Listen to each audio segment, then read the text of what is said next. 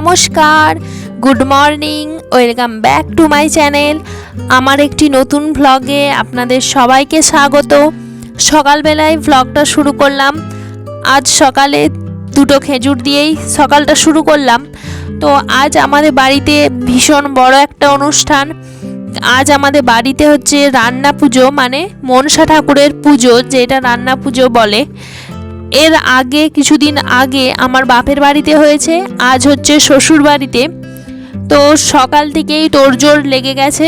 এইটা কিন্তু আগের দিন রাত্রে আনাজগুলো কেটে রেখেছিলাম, কেননা এই রান্না পুজোতে আমাদের মোটামুটি কয়েকজন নিমন্ত্রিত থাকে।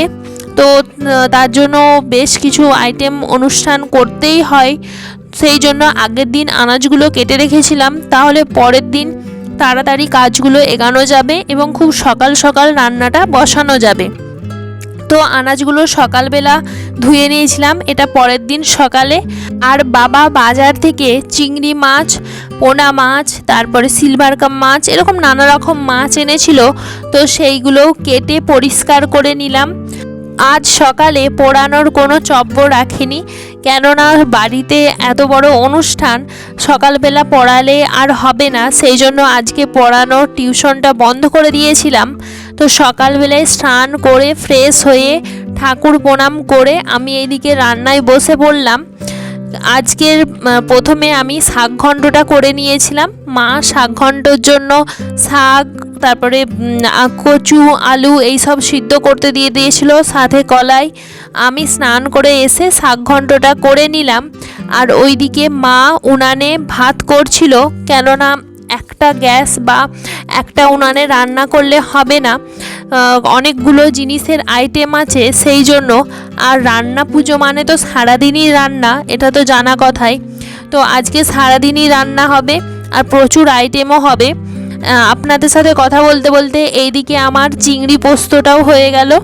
আর চিংড়ি পোস্তটাতে এত সুন্দর টেস্ট হয়েছিল, কেননা প্রচুর চিংড়ি ঘন পড়েছিল, সেই জন্য। চিংড়ি পোস্তটা হয়ে যাবার পর আমি এইদিকে মাছগুলো ভাজতে দিয়ে দিলাম। এই বছর না রান্না পুজোতে ঘরটা প্রচণ্ড ফাঁকা ফাঁকা লাগছে, কেননা সেই রকম কোনো আত্মীয় স্বজন আসেনি, শুধুমাত্র আমাদের বড় পিসিমণি আর ছোটো বোনই আসছে। কেননা আমাদের যারা কুটুম আছে, তো তাদের প্রায় সবারই একই ডেটে রান্না পড়েছে, সেই জন্য যে যার বাড়িতে সে তার রান্না পুজো করছে। তো আর এবছর তেমন কোনো আত্মীয় স্বজন ছিল না। এইদিকে বড় পিসিমণি, ছোটো কাকিমণিদের মাছ ভাজতে শুরু করে দিয়েছে, আর মাও এইদিকে রান্না করছিল, মানে ভাজাভাজি যেগুলো হবে সেইগুলো চাপিয়ে দিয়েছিল। আর আমি ওইদিকে মসুরের ডালটা সিদ্ধ করতে দিয়ে তারপরে ভাজাভাজিগুলো আবার করতে লেগে গিয়েছিলাম। আর মা এইদিকে দুপুরবেলা যারা যারা খেতে আসবে তো তাদেরকে খেতে দিচ্ছিল। একদিকে উনুন রান্না হচ্ছিল আর একদিকে মা খেতেও দিচ্ছিল, কেননা দুপুরবেলা রান্না হয়ে যাবার পর আবার পরের দিন তো মনসা পুজো থাকে, সেই দিনের রান্নাগুলোও করতে হয়, সেই জন্য। তারপরে দুপুরবেলা খাওয়া দাওয়া হয়ে যাবার পর সন্ধেবেলা বড় পিসিমণি, তারপরে বুনি, সবারই সাথে গল্প করছিলাম, আড্ডা দিচ্ছিলাম। দেবার পর রাত্রেবেলা খাওয়া দাওয়া হয়ে যাবার পর মনসা পুজোর যেই খাবারগুলো থাকে সেইখানে গোবরের বেড়ি দিয়ে রেখে দেওয়া হয়েছিল।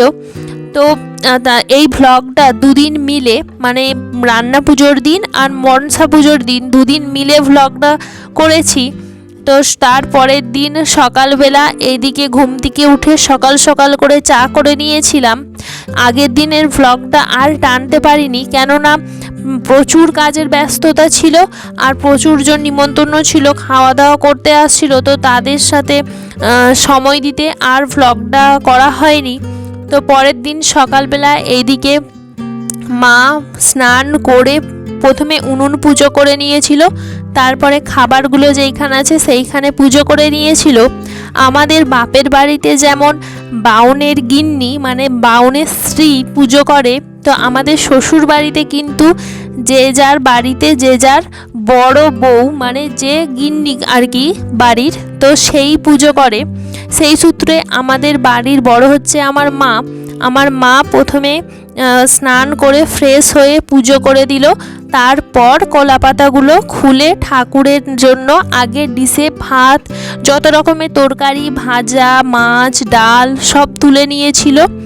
তারপরে আমি স্নান করে ফ্রেশ হয়ে গিয়েছিলাম। ফ্রেশ হয়ে যাবার পর মা আজকে পুজো করে দিয়েছিল। আমি আরেকবার গোপু সোনাকে খাবার দিয়ে দিলাম, কেননা খুব সকাল মা পুজো করেছিল সেহেতু আরেকবার গোপু সোনাকে সেবা দিয়ে দিলাম। তারপর মনসা পুজোর জন্য আমাদের একটা স্পেশাল জিনিস হচ্ছে ওল ভাতে।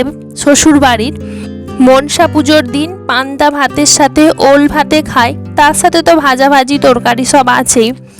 আমার বেশ কিছুদিন আগের একটা ভ্লগে দেখিয়েছিলাম আমার শ্বশুর বাড়িতে কত রকমের গাছ আছে। তো তখন বলেছিলাম ওল গাছগুলো ছোট ছোট ছিল, বলেছিলাম যে এই ওলগুলো রান্না পুজোর সময় তোলা হবে, তখন রান্না পুজোতে ব্যবহার করা হয় আর তখনই খাওয়া হয়, তারপর থেকে ওল তোলা হয়। তো সেই ওল গাছগুলো বড় হয়ে গিয়েছিল আর ওল ভাতে হয়েছে এইদিকে। তো ওল ভাতেটা প্রথমে ভালো করে মেখে নিলাম। আর যদি গরম গরম ওল ভাতে আর গরম গরম ভাত থাকে না, তাহলে মনে হয় আর কিছু চাই না।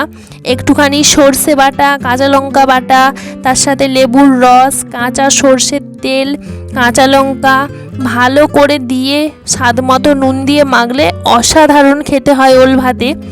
তো এইদিকে আমি ওল ভাতেটা খুব সুন্দর করে মেখে নিচ্ছিলাম সব রকম জিনিস দিয়ে।